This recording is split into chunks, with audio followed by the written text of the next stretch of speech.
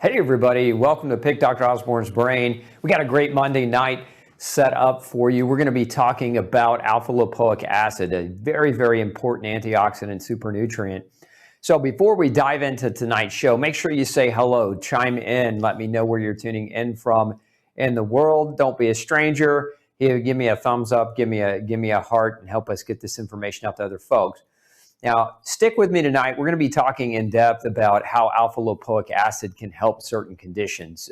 Predominantly, there are a number of different conditions that alpha lipoic acid has been used in the medical research, and it's shown phenomenal results. And I've actually seen the same thing within my own practice. So we're going to be diving into some of those tonight and asking the question, is alpha lipoic acid something you might want to consider adding to your repertoire of supplements? Or is there a need or a reason why you might want to use this critical nutrient? So let's dive in. Alpha lipoic acid. What actually is alpha lipoic acid? Let me skip ahead here just a little bit. Alpha lipoic acid is a fat-soluble and a water-soluble nutrient. So it's unique in that regard, unlike so many other nutrients, but it's both fat and water-soluble, and it's produced. And it's a nutrient. I say nutrient because predominantly it's an antioxidant, but it's not essential, meaning it's not essential. Now, what does that mean, essential? Essential means that your body has to eat it from the food and can't make it or produce it internally. And if you don't get it from food, then you lose your capacity to function essentially. So basically, an essential nutrient is if you don't have it, you could actually develop a disease state and die from that deficiency. Alpha lipoic acid is not essential in that regard, but it is very, very critical as an intracellular. Let's see, we lost function here, Mel. We're having some tech issues tonight, folks, so just be patient with me.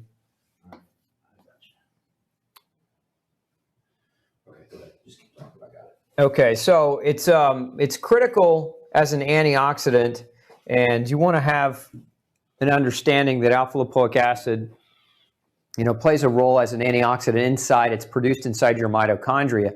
So a lot of times what happens when people are on a number of different medications, if you take multiple medications, so pay attention, if you're taking medicines that are especially metabolized in the liver and you're taking those medicines, or if you're taking medicines that actually can poison the mitochondria. So examples might be things like chemotherapeutic agents, medicines that damage or can impact the function of the liver, medications that can damage components that help your mitochondria appropriately work. Remember, the mitochondria are those little powerhouses in your cell that generate and drive metabolism and energy production.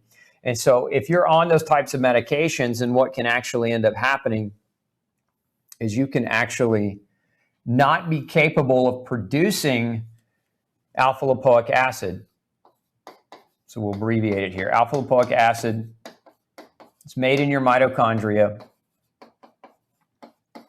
And so anything that damages the mitochondria, we lost it again. So, sorry, we'll just have to show you the image. So anything that damages the mitochondria is going to potentially impact your body's capacity to produce alpha lipoic acid because, again, it's made inside of the mitochondria itself. There's certain amino acids that play a role in that. Vitamin B5 plays a role in alpha lipoic acid production as well. So if you have, again, multiple medications that are affecting the mitochondria, or if you have mitochondrial dysfunction, disease like fibromyalgia or other conditions of known mitochondrial dysfunction, then you might consider using alpha lipoic acid as a supplemental to see if there's going to be any benefit or help for you. Now, let's talk some of the functions of alpha lipoic acid. As an antioxidant, that's one of its biggest functions, is it plays a role in preserving the integrity of your DNA. So if you understand kind of the way an antioxidant works for most people, antioxidants will neutralize another chemical compound called a free radical,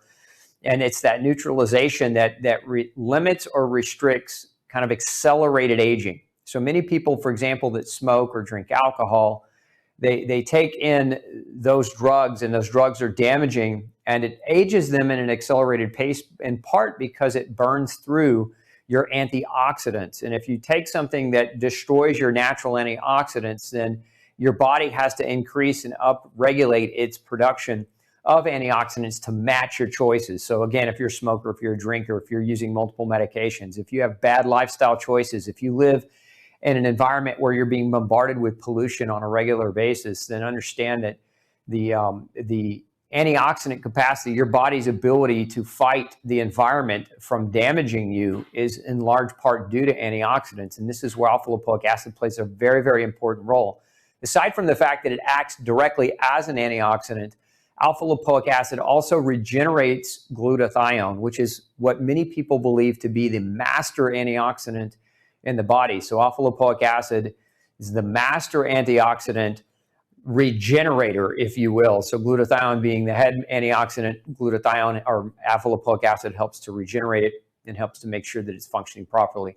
But in addition to that, alpha lipoic acid also helps to preserve vitamin C, and it helps to preserve vitamin E. It helps with CoQ10 utilization. And so remember, C and E and CoQ10, also very, very important antioxidants to protect your body from free radical damage, premature aging, cellular disruption, etc. So this is where alpha lipoic acid comes in. It's a very, very potent conservation mechanism behind your antioxidant systems, but it also, remember, it's fat and water soluble, so it can move freely through membranes. It can move freely in a water-based environment, so it has the ability, unlike many other antioxidants, to move freely and to go where it's needed to be able to function and work well. So very, very important antioxidant overall. Did we get us back going over here? So let's see if we can pull us back up.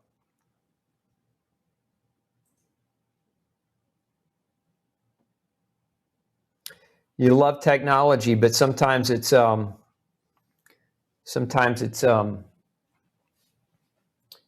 gift and a curse at the same time. We've got all this great stuff, but when it breaks down, it can get frustrating. So what I was talking about is it functions, okay, as a powerful antioxidant. It preserves CoQ10.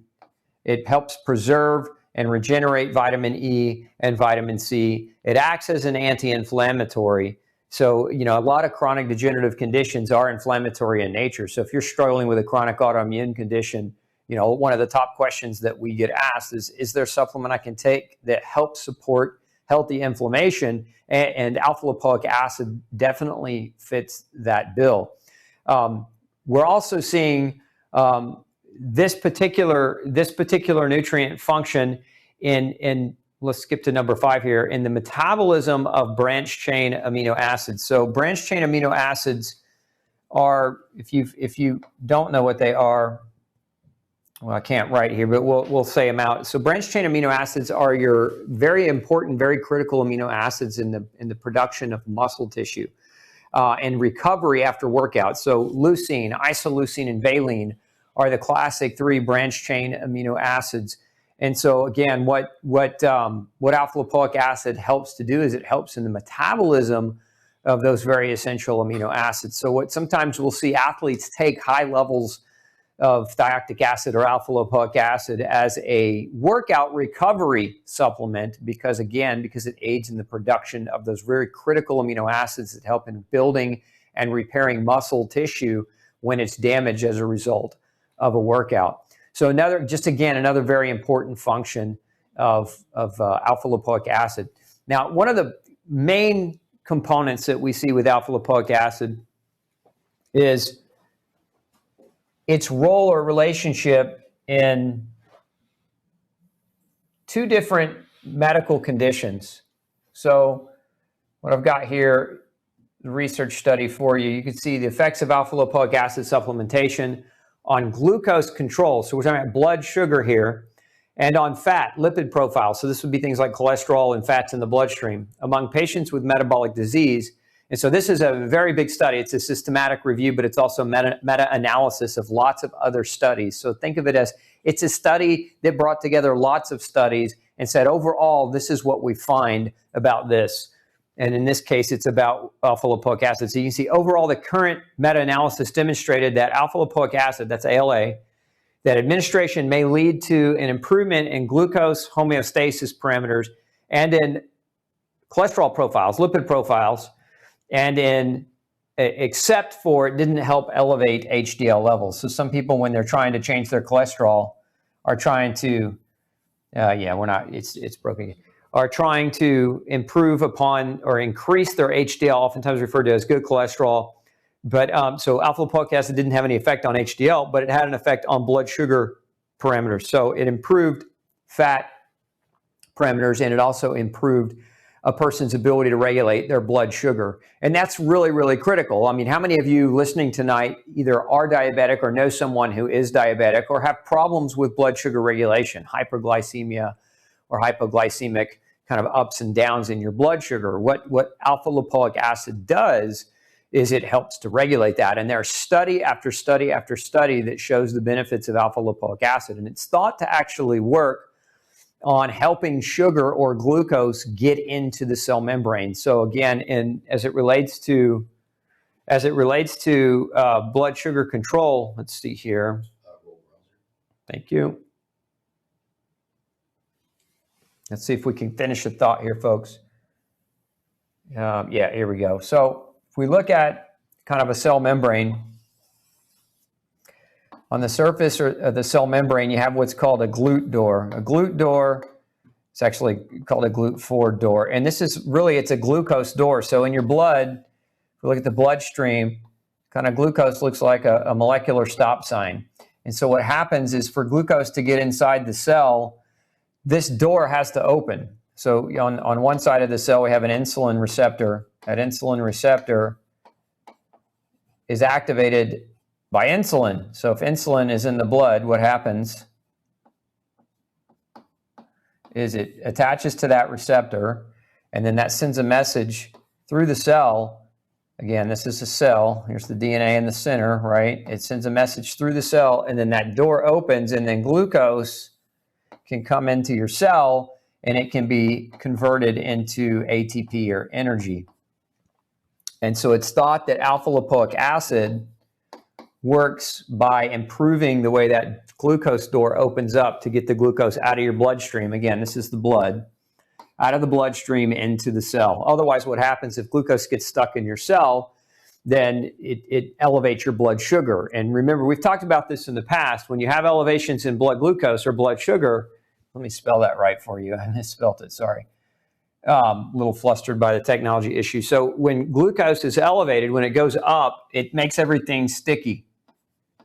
And when your blood is sticky, your heart has to work harder. All the proteins and the hormones that float through your bloodstream that depend on a nice fluid blood flow, they get there's a process called glycation where they get coated in that glucose or coated in sticky sugar, and they don't work as well. And so this is why diabetes and the disease diabetes itself, it's very, very hard for people to heal and to repair when they have high blood sugar. And so again, what we're saying is alpha-lipoic acid and multiple studies has been shown to reduce, we're froze up again, to reduce blood sugar as a whole, meaning make your blood sugar more stable. And so this is the important takeaway message here is if you're diabetic and you're taking diabetic medications, if you're going to start using alpha-lipoic acid, first of all, my advice would be talk with your doctor, because if alpha-lipoic acid actually works really well for you, it can bring your blood sugar down,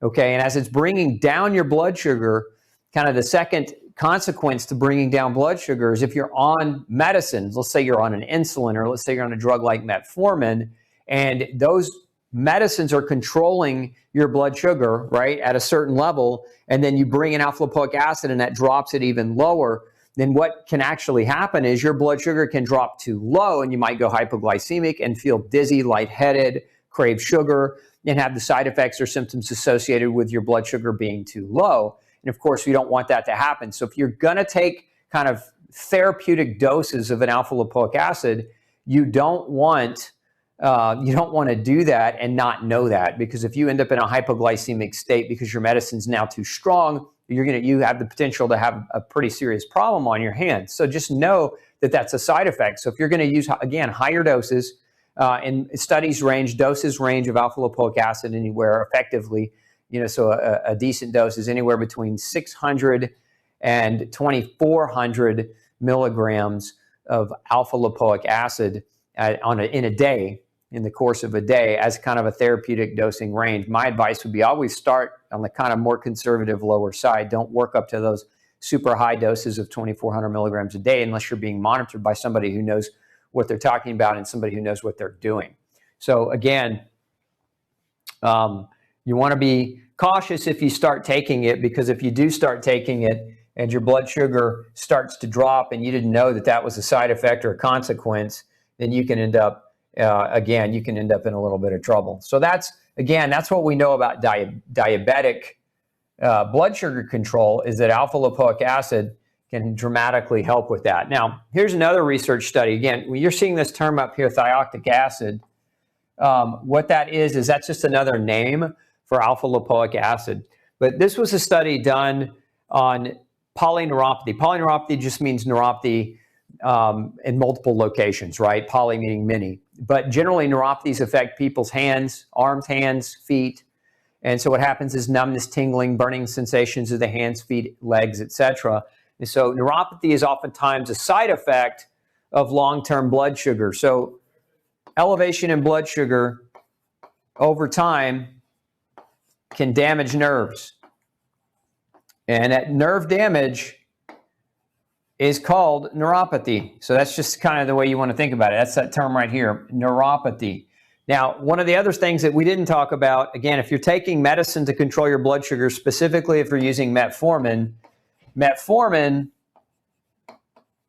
can also cause neuropathy. And the way it can do that is metformin can lead to vitamin B12, CoQ10, and folate deficiency. Now, these vitamin B12 and folate, those are both B vitamins, and deficiency in these B vitamins can cause a neuropathy. CoQ10 deficiency can also cause a neuropathy. So again, for some people, it's the actual medicine that's being used to treat the high blood sugar that causes the neuropathy. For other people, it's the elevated sugar, the elevated glucose that leads to nerve damage, which causes actually damage in nerves, which causes neuropathy. So it can happen both ways. And this is where it can get really, really confusing for a lot of people, because here they've been taking this medicine maybe 5 years, and then the neuropathy starts to develop. And so doctors generally don't differentiate between metformin-induced nutritional deficiency neuropathy and diabetic neuropathy. Generally, if you're diabetic and you go to your doctor and you have neuropathy, then they're instantly going to say it's diabetic neuropathy. Nobody's going to look into this connection here. So my advice is, if you have a neuropathy and you're struggling and you've had a history of diabetes and you take a drug like a metformin, ask your doctor to check your B12, your CoQ10, and your folate level. So that's kind of, think of that as the take-home pearl, right? If you're diabetic, that's the take-home pearl. Ask to get tested, because without getting tested, you don't know whether it's the metformin that created the neuropathy, or whether it's the blood sugar that created damage to the nerves, or whether it's a combination of the two, because sometimes it is. It's a combination of both. It's not one or the other. It's a combo. So it's important to understand that. And so again, the conclusion in this study, these findings indicate that oral treatment with thioctic acid, again, thioctic acid is alpha lipoic acid. Okay, we're frozen again. So it is, thioctic acid is alpha lipoic acid. But you can see here at a dose of 600 milligrams a day was the therapeutic dose in this trial. So it was 600 milligrams a day for 8 weeks that actually led to improvement of symptoms of polyneuropathy in diabetic patients. So again, you don't have to go to 2,400 milligrams to see a change. Research shows that doses as low as 600 milligrams can actually start to induce that change. So if you've got a diabetic state, you're struggling with neuropathy, you don't know what to do, consider this information, because this information might be important to take to your doc and have that conversation about potentially getting on an alpha lipoic acid. So again, if we look at it, I kind of mentioned some of these things before, but I wanted to talk about a few other things. This comes out of this is a graphic actually that was published in the journal Frontiers in Pharmacology on the functions of lipoic acid. So as we're looking at this, what we're looking at are kind of some of the core functions of what alpha lipoic acid can do. You can see up here, I mentioned some of these things earlier, but number one is an antioxidant effect. So again, I told you it acts as an antioxidant, both fat and water soluble. It preserves vitamin C and E. it also helps CoQ10 do its job, and it regenerates glutathione. So that's what the second part here is, the regeneration, okay, of other antioxidants, and then the reparation of oxidized proteins. So it repairs damaged proteins in your body. So these very important antioxidant functions make lipoic acid, again, a very good friend in terms of somebody who's got low antioxidant status. Then we have over here glucose and lipid metabolism. So this is, again, this is blood sugar, right, or glucose. And so very important. I showed you research on, especially that meta-analysis, it showed great benefit in lowering blood sugar for people who are taking lipoic acid that were diabetic. And then we also have that it acts as an anti-inflammatory. So it inhibits something called NF-kappa B, which is a chemical compound that's produced when there's inflammation in the body, and it makes inflammation even worse. So alpha lipoic acid has actually been shown to inhibit this very inflammatory chemical. And then the last kind of main function, or one, these are not all the functions, this is just kind of a summary, is the chelating of metal ions. So what chelation means is Greek. Chelate is claw. That's what it's a Greek word for claw. So it grabs, basically it grabs heavy metal and it helps to pull it. Now, it doesn't grab all heavy metals. And I've seen some kind of mythical, I've seen people who didn't really know much about the biochemistry of lipoic acid talking about how taking lipoic acid pulls mercury out of your body and sends it to your brain. That's not ever been proven. That's not ever been shown. That's not ever anything that's ever been researched. And I want to be very cautious because a lot of people get scared away from taking lipoic acid when it might be very beneficial out of this fear. And this is a non-realistic fear. Lipoic acid doesn't pull heavy metal out of your tissue and send it to your brain. Now, lipoic acid, it can pass the blood-brain barrier, which is what makes it such a great chemical to use for inflammation. It's what makes it such a great chemical to use for its regenerative and antioxidant effects, because as your brain ages, especially now that we're calling Alzheimer's disease type 3 diabetes, in essence, it's a damage of elevated blood sugar in the brain tissue, right? So we know that alpha lipoic acid, from a dementia perspective, can help with blood sugar management, can help as an antioxidant and to regenerate damaged oxidized proteins, which what do we find in Alzheimer's patients? We find something called beta amyloid plaquing, which is an oxidized protein substrate. So we know alpha lipoic acid helps with those things. We know it has anti-inflammatory properties. Again, we know dementia and Alzheimer's is an inflammatory disease.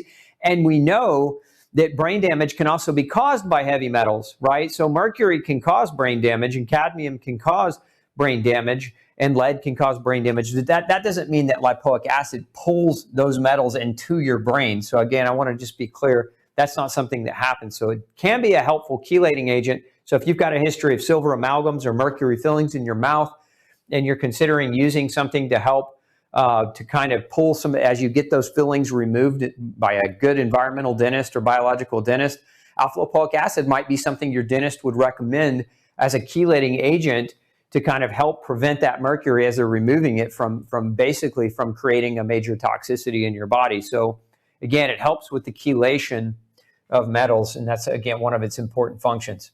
So we were over here earlier, and we were talking about, again, the functions of lipoic acid. And so, again, this is just summary.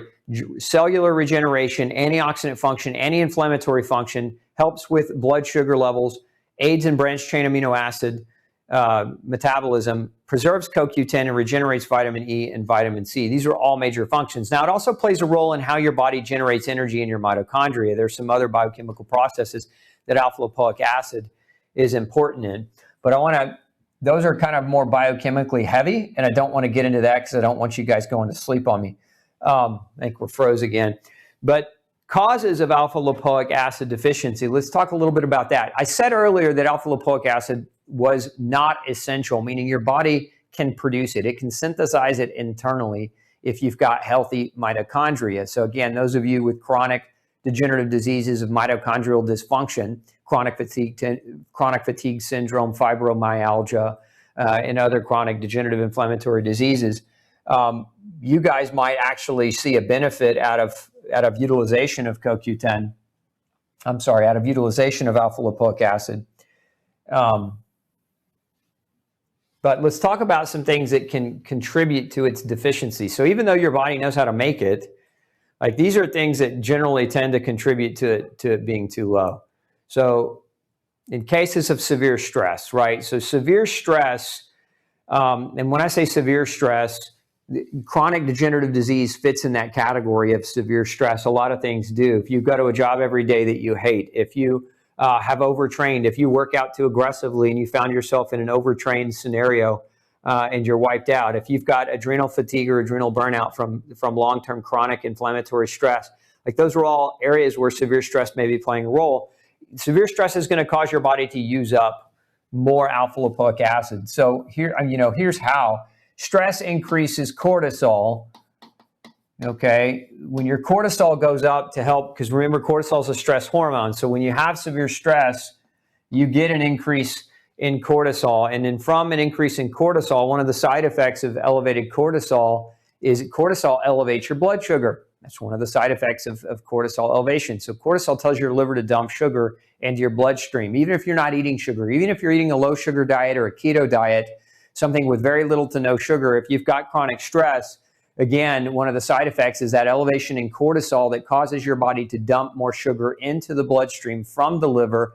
And then again, that when you have an increased sugar load in the blood consistently over time, that's going to drain the nutrients necessary to help you metabolize that sugar, to get rid of it, to properly utilize it. And so what are we talking about there? We're talking about alpha lipoic acid, right? It's one of the nutrients necessary to help glucose get inside your cell. But we've got other nutrients that are also going to be depleted as a result of that. So zinc deficiency can occur as a result of high blood sugar, chromium deficiency, vitamin B3 deficiency, magnesium deficiency, vitamin D deficiency. So there's a lot of nutrients associated here. Let's see if I can get through this because I'd really like to draw this out for you. So again, that chronic stress, increased cortisol, which leads to increase in sugar. Okay, and if we, again, I think I talked about this before with you, but if you've got elevated sugar, glucose sends a message to the pancreas.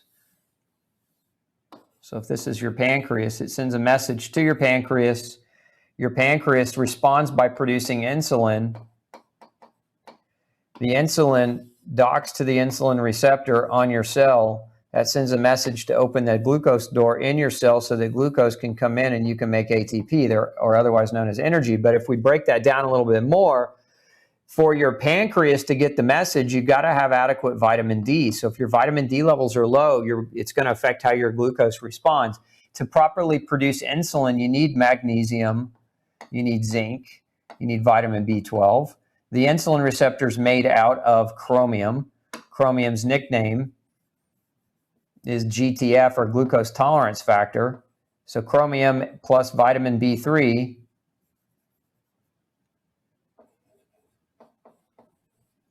equals the insulin receptor. And then this message that goes through the cell here is calcium dependent. Calcium helps to deliver that message. And then for you to be able to take that glucose and break it down into ATP, that requires all the B vitamins. It requires CoQ10. It requires vitamin C, and it requires copper. And so you could be, again, if you're under that severe stress, driving up cortisol, driving up sugar, you're burning through all of these vitamins and minerals at a higher pace to try to keep up with that increase in sugar. And one of those nutrients right here is alpha lipoic acid. It helps the sugar get into the cell, ALA, alpha lipoic acid. So that's severe stress. And we'd also say the modern SAD, that's standard American diet, right? The modern SAD diet and lifestyle. So if you live in America or any other industrialized country where fast food is the norm, where not exercising is the norm, where going to school and taking classes to pass standardized tests, but not going outside on the playground to play is the norm. If you are going to work every day and you spend 8 hours sitting and no time exercising and don't have time for exercise in your life, don't get adequate sunshine, don't sleep very well, that's the SAD diet and lifestyle. Those fundamentals are ignored largely by most of the population, which is why we have one of the sickest and unhealthiest populations in the history of mankind as it relates to chronic degenerative disease, because this right here does the same thing. It can also lead to that elevation in cortisol. And then one of the other things that I see frequently, just because of my expertise, is gluten-induced intestinal damage. So Gluten-induced intestinal damage leads to malabsorption and malnutrition. Now, you can get some alpha-lipoic acid in your diet. It's not that the diet has zero alpha-lipoic acid. Pull them up off the drive. Oh, we got the drive? Yeah, it's plugged in. Okay. Here we go. One of the images was corrupt or something. That's why I did that. Here we go. Got it. Yeah, you got it. Thanks. Here we go. Yeah. Okay. So where were we going with that? So we were talking about food.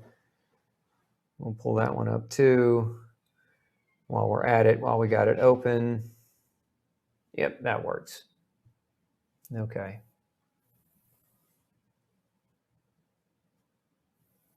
Oh, it looks like I pulled them up all twice. Okay.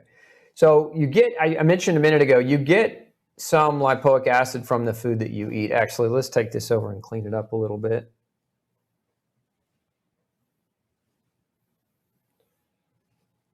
Okay, so you get some alpha lipoic acid from food, and primarily those are, a lot of people have switched to like a carnivore, keto carnivore diet, and those individuals are getting probably of anyone from a diet perspective, organ meat is one of your best bets as it relates to alpha lipoic acid. Kidney, liver, heart, very, very rich in alpha lipoic acid. Outside of that, it's kind of slim pickings. Your vegetarian or plant-based sources of alpha lipoic acid, not that great. But remember, that doesn't mean that if you're a vegetarian that you have to go eat an organ in order to get alpha lipoic acid. Your body can make alpha lipoic acid. It can make it inside your mitochondria if you have adequate vitamin B5 and adequate amino acids coming through in your diet. It's not an issue of its essentiality. But what happens is you get into a situation where we call it conditional essential or essentiality. So under certain conditions, the nutrient becomes essential and getting it from the diet becomes more important. So getting more out of the diet becomes important. It's one of the reasons why a lot of people that go on a carnivore diet, I've actually seen this happen, where their cognitive function improves, their blood sugar levels improve as a result of going largely toward eating more of these types of foods. But conditional essentiality, if you're a diabetic, that's a condition, right? It's a medical condition. If you've got neuropathy, if you've got elevations in blood sugar, if you're chronically inflamed, those are conditions, right, that lead to a nutrient having a greater degree of essentiality to help in that condition or to help with that condition. So when we talk about conditional essentiality, that's what we're referring to. So yes, you can eat lipoic acid in your diet, but you're not going to get the therapeutic amounts that you're going to get if you're using it as a supplement. So if you're really trying to get kind of therapeutic amounts, you talk with your doctor about it. Again, these are the diseases that, and research studies have shown pretty good benefits. So we'll kind of go through this list and talk about a little bit about that research. So in diabetes and diabetic neuropathy, these two have fantastic research, meaning definitely an improvement, definitely a benefit. Some small studies show improvement with diabetic retinopathy, which is diabetic eye disease, right? So disease of the eyes that's caused by elevations in blood sugar. So it would go to say that if you have diabetes and alpha lipoic acid helps to normalize or help control blood sugar, that any side effect of that might also be benefited. And so one of the most common side effects of elevations in blood sugar over time is damage to the small blood vessels of the eyes, aka diabetic neuropathy, or retinopathy rather.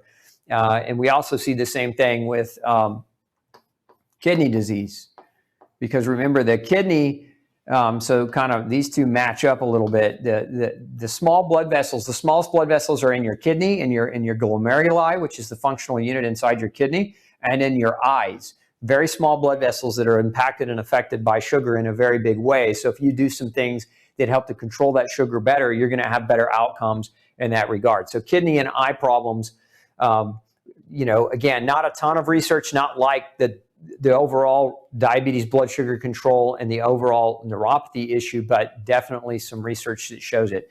Other studies show, and again, there's some reasonable good research that shows that diabetes or that alpha lipoic acid helps to improve vasodilation. So if you've got high blood pressure, if you've got vascular inflammation, your blood vessels are inflamed, this might be something that can help with that. It actually helps with something called NOS, nitric oxide synthase, which is basically a chemical that helps your blood vessels to expand or to dilate. And so if you're not capable of producing nitric oxide very effectively, your blood vessels won't dilate as well, and that can elevate your blood pressure. It can reduce the surface area inside the blood vessel for oxygen flow and nutrient flow and blood flow, etc. Now, one of the connections or correlations here is that you need vitamin C to produce nitric oxide. And remember what I said earlier is that alpha lipoic acid helps to what? It helps to conserve vitamin C. And so that's where that connection exists. Now, there's also some research on this, and let's move you out of the way here, on this and multiple sclerosis. Now, the research here, we'll give it a half star. It's not as strong, so there aren't really long-tailed, long-term studies on multiple sclerosis, but multiple sclerosis is a demyelinating disease, so you lose myelin. That's the myelin sheath, or the coating around the nerves. And so again, with alpha lipoic acid, we showed earlier that it helps with neuropathy, specifically diabetic neuropathy.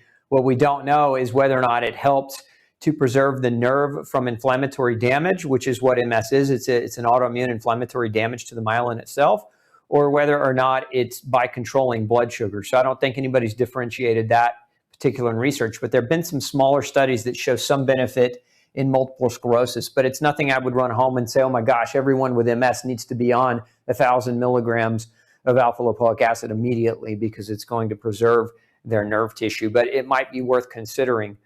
And then we have dementia, Alzheimer's. And so this one gets a half star too, because we don't really have any great long-term high volume studies that have shown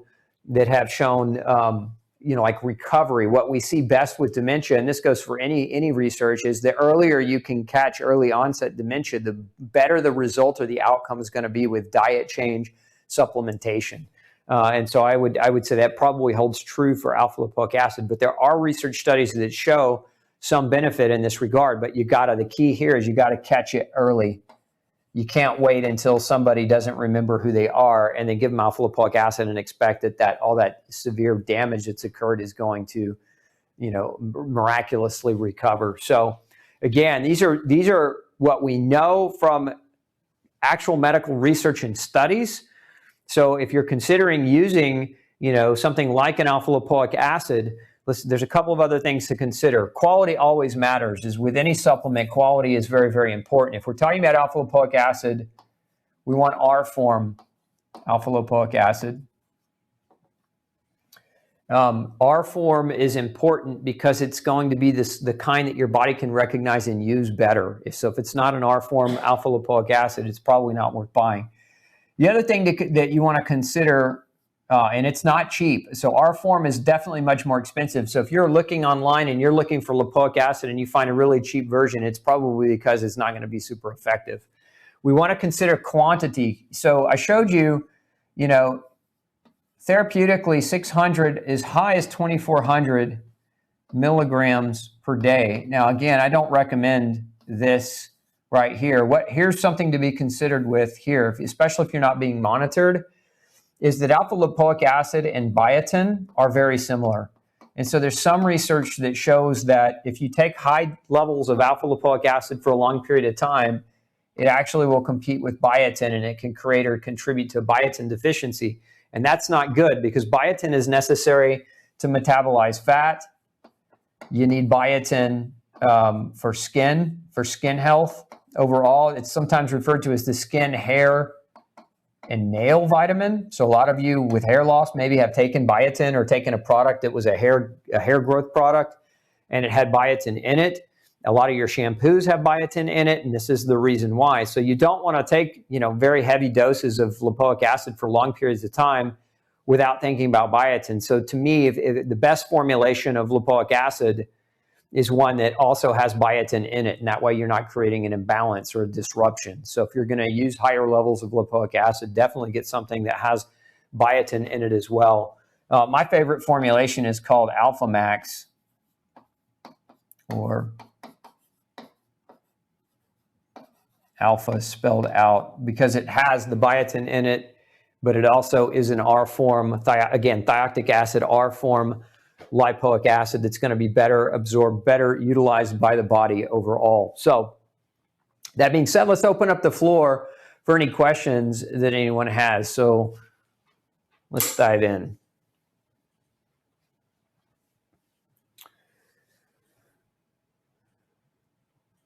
Okay.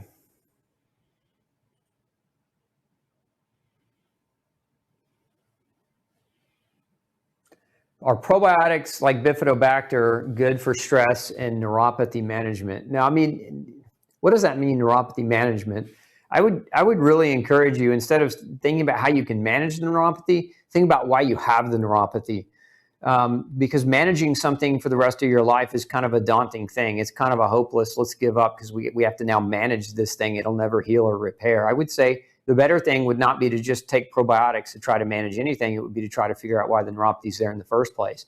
If the neuropathy is there because you've got extensive long-term damage from fill in the blank, if it's an autoimmune neuropathy, for example, like MS, and we know that gluten plays a role. We know other food proteins can play a role, particularly we know sugar and we know dairy can play a major role in the contribution to nerve damage. We know that B vitamin deficiencies oftentimes are responsible for a number of different types of neuropathy. B12 deficiency, vitamin B1 deficiency can cause neuropathy. Folate deficiency can cause neuropathy. Biotin deficiency can cause neuropathy. B5 deficiency can cause neuropathy. So it's isolating and identifying why. And even going back to what I'm talking about here, you can test for alpha lipoic acid. Like, that's another thing that I didn't really talk about, but you can ask your doctor to test you for alpha lipoic acid deficiency, because if you've got neuropathy, but you also concomitantly have an alpha lipoic acid deficiency, then it goes to say, without saying really, that taking alpha lipoic acid to get that deficiency corrected might be a really smart move for you. Let's see here. I'm wondering if leaky gut can result in anaphylaxis, and if so, can this reverse once the gut is healed? Yeah, it can. So leaky gut, really aggressive leaky gut over time creates or can lead to or contribute to more and more acquired allergies. Generally, it doesn't cause anaphylaxis, but I've seen that be the case where it led to anaphylactic type or styles of reactions because a person's immune system just got so overwhelmed. And so, yeah, I've seen that be the case. It's not the case in everyone. Not everyone with leaky gut is going to develop anaphylaxis, but yeah, it can definitely be reversed. Let's see here. Love that. Cindy says, always look forward to your information and updates. Thanks for educating me. You're welcome, Cindy. Thanks for saying thank you. That makes my night. Let's see, Linda, what would make your blood pressure spike and then you begin to vomit and feel sick at your stomach and end up in the ER? Boy, that's a monster of a question, Linda. I mean, there are probably 1,000 different things that could contribute to that. I would say you need to get worked up. If you ended up in the ER, usually what they do is they patch you together and send you back to your doc, to your PCP or your primary, and that probably is not a bad idea to get a full workup, see what else might be going on. Otherwise, work with a functional medicine practitioner to see if there's any root cause issue that's going on. But like blood pressure spikes a lot of times, since we were talking about anaphylaxis, blood pressure goes up when your adrenaline goes up. And sometimes when people eat the wrong food, it spikes their adrenaline. And so they have an elevation in blood pressure, but at the same time, they have the food itself they're having an allergic reaction. And one of the primary forms of allergic reaction is to vomit. And so it's very possible that you ate something that not only spiked your adrenaline, which subsequently spiked your pressure, but also led to the vomiting and made your stomach upset and landed you in the ER just out of pure fear of what was happening. So again, knowing what that was is really, that's the art of getting you better, is finding and figuring that part out. Okay. Neuropathy in your legs. ALA doesn't seem to work. Should you test to see if you're not absorbing it? Maybe it just isn't helping. It's a good question, Dave. So there's a lot of, like I said earlier, there's a lot of reasons why a person can have a neuropathy. It doesn't have to just be ALA. So again, this isn't, what I don't want anyone to take across tonight is that if you have neuropathy, that ALA is like the magic treatment or cure-all, because that's not what I'm trying to say. What I'm trying to say is if you have a diabetic neuropathy specifically, there's a lot of research that backs up that diabetic neuropathy can be improved greatly as a result of using alpha-lipoic acid, predominantly because its ability to help you control your blood sugar better than what you may be doing it. But if you've got a neuropathy in general, you got to find out where that's coming from. I've seen lots of things cause neuropathy. Certain heavy metals can cause neuropathy. B vitamin deficiencies can cause neuropathy. Eating the wrong food can cause neuropathy. Mold toxicity, mycotoxin toxicity can cause neuropathy. So looking into those different elements would be where I would suggest that you start with your functional medicine doc. And any of you are always welcome to call my office too. We take on a handful of people every year, but you can call my office to get that, to figure out if that's a good fit. Let's see here.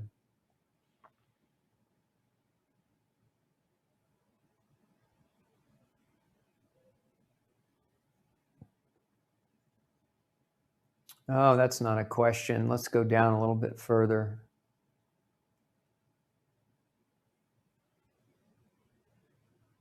So Angeline wants to know how to take Immune Shield. She purchased that from Gluten Free Society.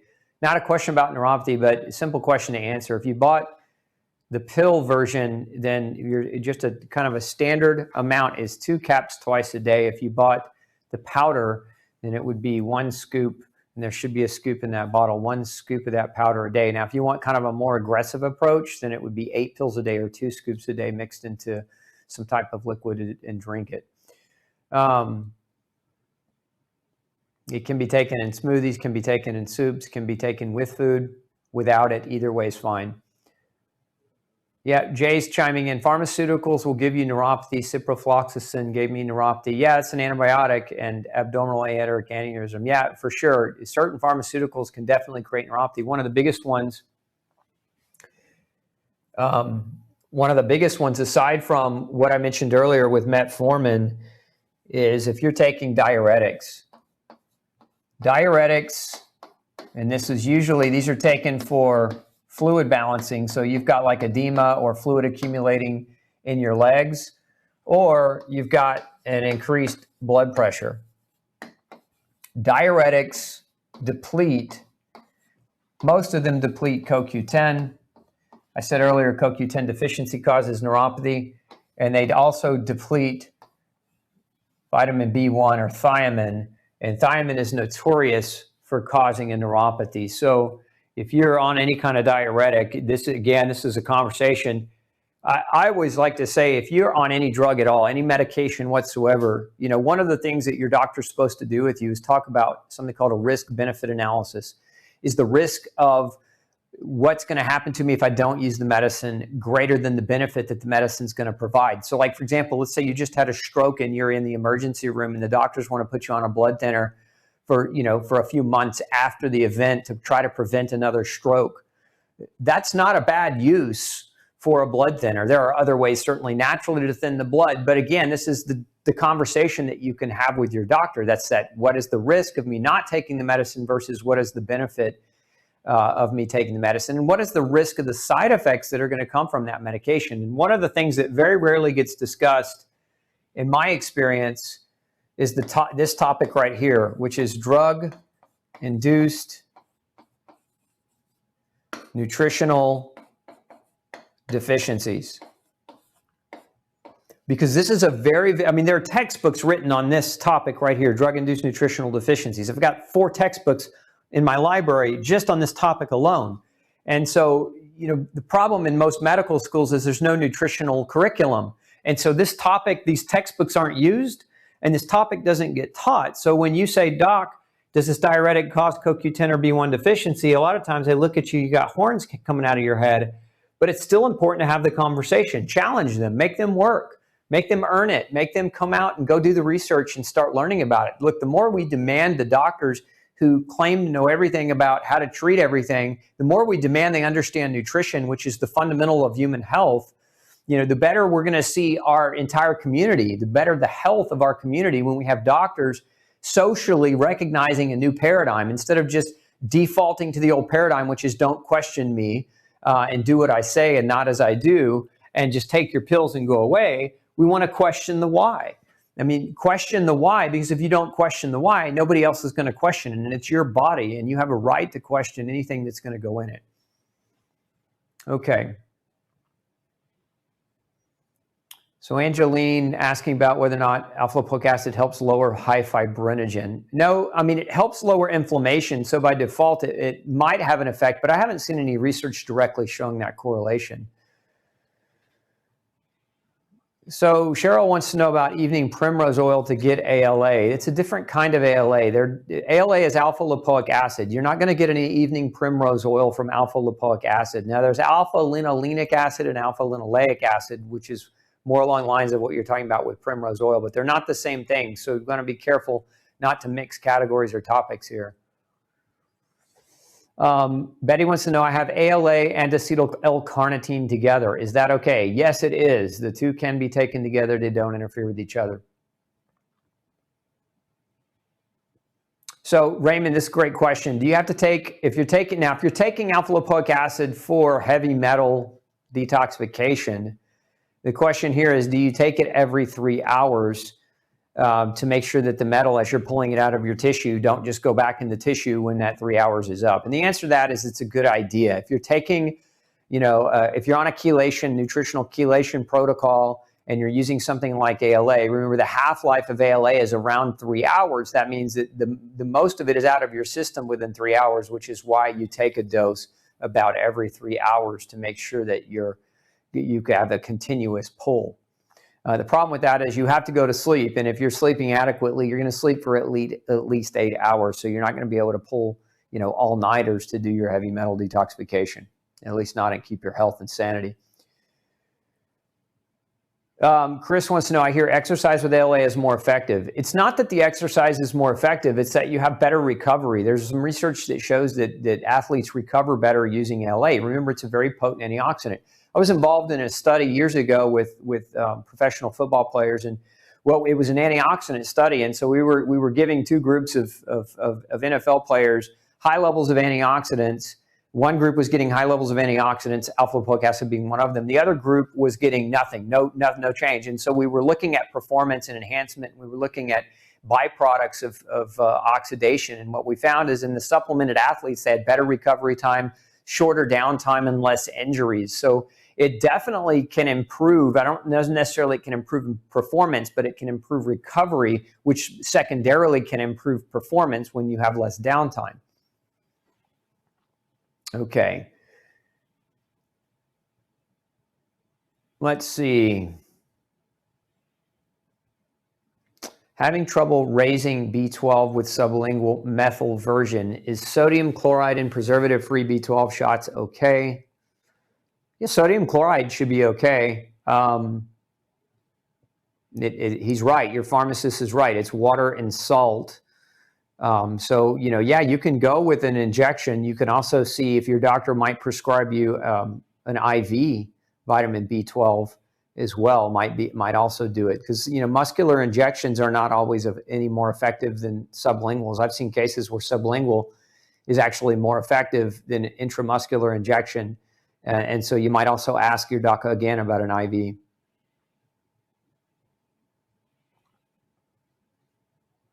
So Dickerson, hey doc, he wants to know, can you take alpha-lipoic acid with HIV medications? I've never heard you mention HIV meds in any webinar. I'm wondering what is suggested for those on the cocktail, since it's a lifelong requirement to keep the virus at bay. Yes, you can. You can take alpha-lipoic acid on the HIV cocktails. The other things that I would suggest nutritionally in the cocktail on the opposite side of the HIV cocktail would be high levels of zinc. Zinc, very, very critical. Protein for HIV. Protein also very, very critical, very, very necessary to keep the protein levels up. A lot of people are under protein, and that can create problems as well. Yeah, so Lisa wants to know, have you heard anything reliable about using ALA, alpha-lipoic acid, for damaged liver? Definitely trust your opinion. Thanks, Lisa. Appreciate your trust. So the answer to that is yes. As a matter of fact, a colleague of mine, and I'll call him a mentor, even though I've learned from him, but he doesn't know me personally, but I've read a lot of his work and research. actually showed that in people with mushroom poisoning, like that were being poisoned, eating non-edible mushrooms and getting poisoned, found that their recovery was dramatically improved and as a result of alpha lipoic acid, high levels of alpha lipoic acid. Now, in his research, he was doing both oral and IV pushes of alpha lipoic acid, but what he found is that with mushroom poisoning, again, mushroom poison affect the liver, so it's really damaging the liver dramatically, and their liver enzymes go up into the multi-hundreds, thousands.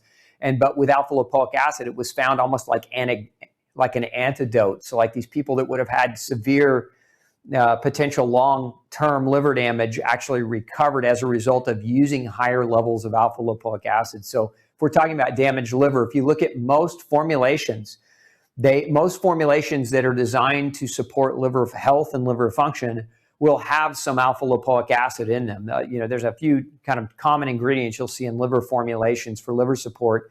One is milk thistle, one is N-acetylcysteine because it helps to drive glutathione production, and the other is alpha lipoic acid. And then you'll see a handful or a plethora of other different nutrients and herbs depending on who designed the formula. But yes, alpha lipoic acid can be very helpful for damaged liver. Helena, in the case of polymyalgia rheumatica that has been controlled by prednisone for over 5 years, would alpha lipoic acid help the weaning off this medicine? Doctors seem to believe weaning will never be possible. Look, I've got to be real careful with that question because I don't want you to construe this, Helena, as any kind of medical advice. But that being said, my experience in helping people to wean off of prednisone is not using alpha lipoic acid as much as it is using high doses of vitamin C and quercetin. When you combine quercetin at 5 to 6 grams with about 5 grams of vitamin C, and this is for an adult, then we actually have a name for that. It's called an immune bridge, where that combination of two nutrients works biochemically in the same location that prednisone works. And so if you're trying to wean, that would be nutritionally one way to help support that process. But I don't recommend that anybody does that without this direct supervision of their doc. So again, just be careful and cautious there.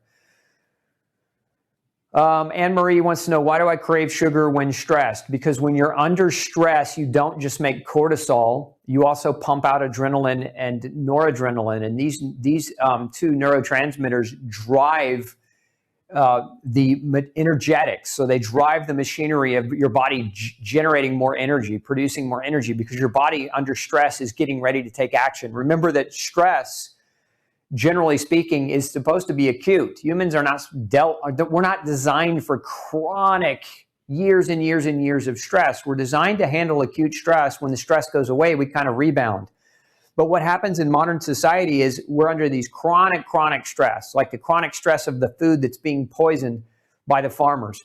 And if you're a farmer, quit using glyphosate, quit using atrazine, figure out a different way, become an innovator in your profession and make it happen in a better way. But we're being poisoned by the food. Okay, then as the food poisons us slowly, we're being poisoned by the medicines to treat the poison from the food, and we're being injected with vaccines to prevent certain diseases that actually have poisons in them as well.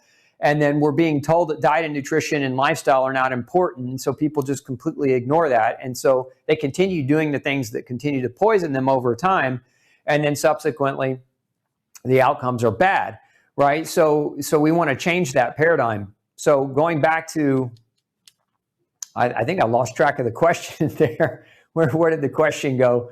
I want to make sure I answered it because we got deep into that. But we were talking about craving sugar. So chronic stress, right? Your adrenaline goes up, and it drives your body's need for sugar, and your body wants to eat more sugar because you need that energy to escape the stress. Because your body, when it's under stress, is trying to run away. It's trying to prepare to make energy to run away or to fight. And so we want to take away the chronic stress by changing the diet, getting adequate sleep, having the right people around us, making sure we get plenty of sunshine, drink clean water, breathe clean air. Like, those are fundamental things that can mitigate your stress. And that if you're doing all those things simultaneously, you can really also mitigate the sugar cravings. Let's see. So Anthony had good results with blood sugar pressure blood sugar, blood pressure control with magnesium and zinc supplements, but still have frothy urine Is that protein in the urine, and would ALA help or other supplements? If you've got frothy urine, it might not be anything. I mean, you may be eating too much protein in your diet. That is a possibility. You might also have kind of a kidney issue. I would definitely get it checked out, just for the sake of being diligent about it. Any contraindications taking biotin and ALA with commonly prescribed meds for MS? No, none at all. So the drugs for MS are not going to compete or create a problem with biotin and ALA. Next question: can alpha lipoic acid help in any way with Hashimoto's? Again, as an antioxidant, it can help to preserve the function of thyroid hormone, but I haven't seen any direct research that shows that taking ALA is somehow going to improve a scenario around a Hashimoto's. But remember, Hashimoto's is an autoimmune thyroid disease. So what are the contributing factors? What are the causal relationships behind a Hashimoto's?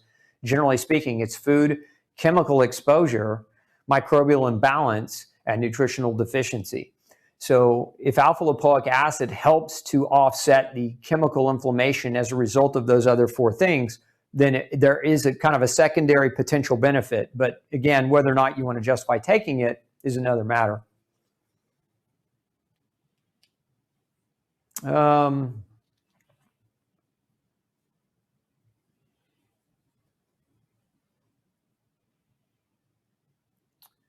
So Christopher wants to know, after having 3 Ps in December and being on a blood thinner and using magnesium for some help, benefit, he's having a plateaued VO2 max and can only do 3 to 5 minutes. Look, if that just happened in December, I would say slow and steady wins the race. This is not an issue of the hare, it's an issue of the tortoise. But can you supplement additionally with things to help increase your cardiovascular capacity? So if you're talking about increasing your cardiovascular capacity, the question would be what biochemically is going on that's reducing your cardiovascular capacity. So it's not just an issue of here, take this, cocktail of different things. Remember, your cardiovascular capacity is largely dependent on something called aerobic metabolism, which is basically the breakdown of carbohydrates to generate or drive the production of ATP to fuel your body's ability at having energy during kind of a long bout of exercise. And so some things to consider there would be B vitamins.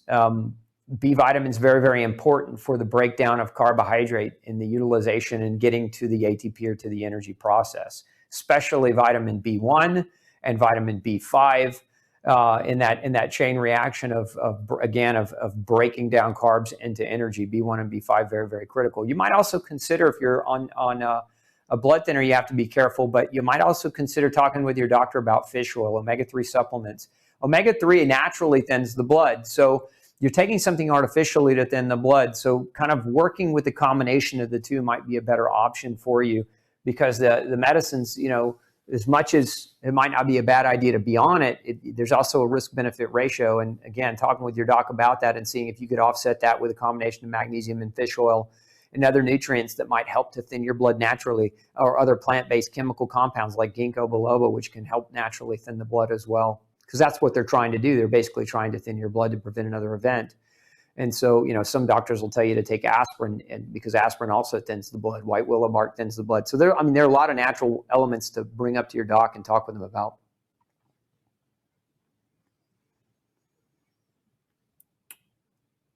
Let's see here.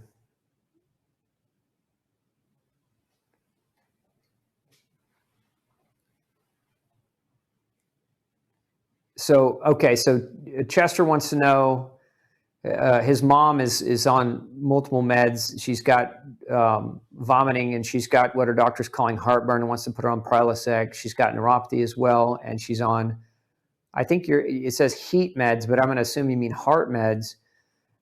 It depends on the heart meds. If you can chime in on what heart meds, I can give you a better answer about whether or not those medicines are contributing to kind of creating her neuropathy. Next question: is alpha lipoic acid available on our website? It is. Actually, we have a product called Alpha Max you can check out. I don't know if we put a link up in the feed or not already, but if not, it'll go up in there and you can check it out. Let's see.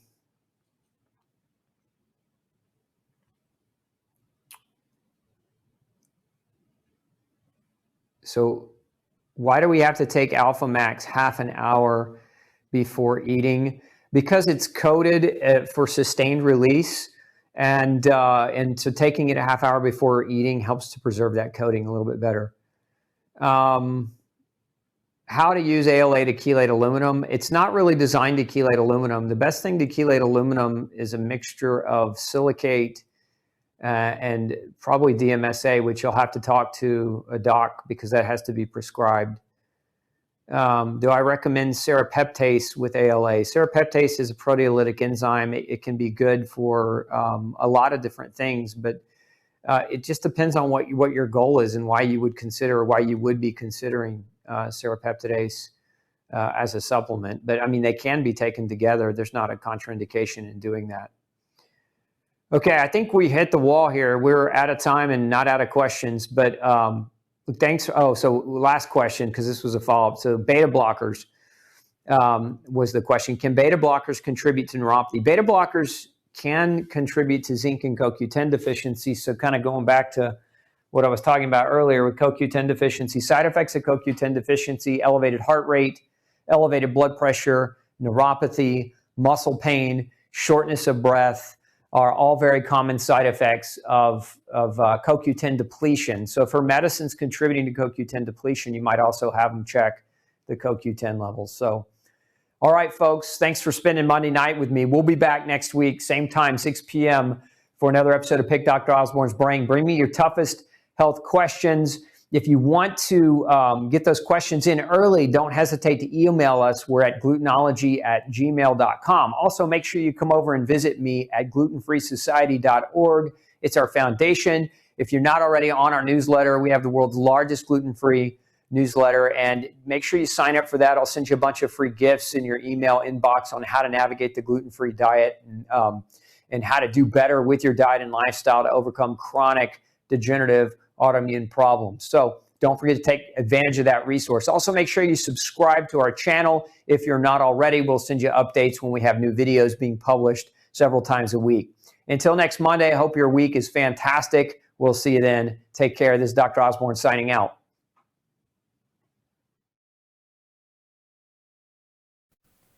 Hey, don't forget to tune in next week, same time, 6 p.m. Central Standard Time for another Pick Dr. Osborne's Brain show. Bring all your toughest health questions to me. I look forward to answering them. And before you leave today, make sure you hit subscribe. And once you do, click that bell. That bell is going to allow us to remind you right before we go live.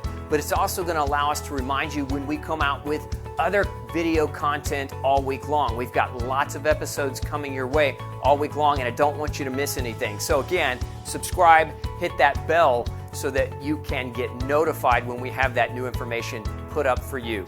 Thanks so much, and I'm wishing you excellent health. Have a great week. We'll see you next Monday night.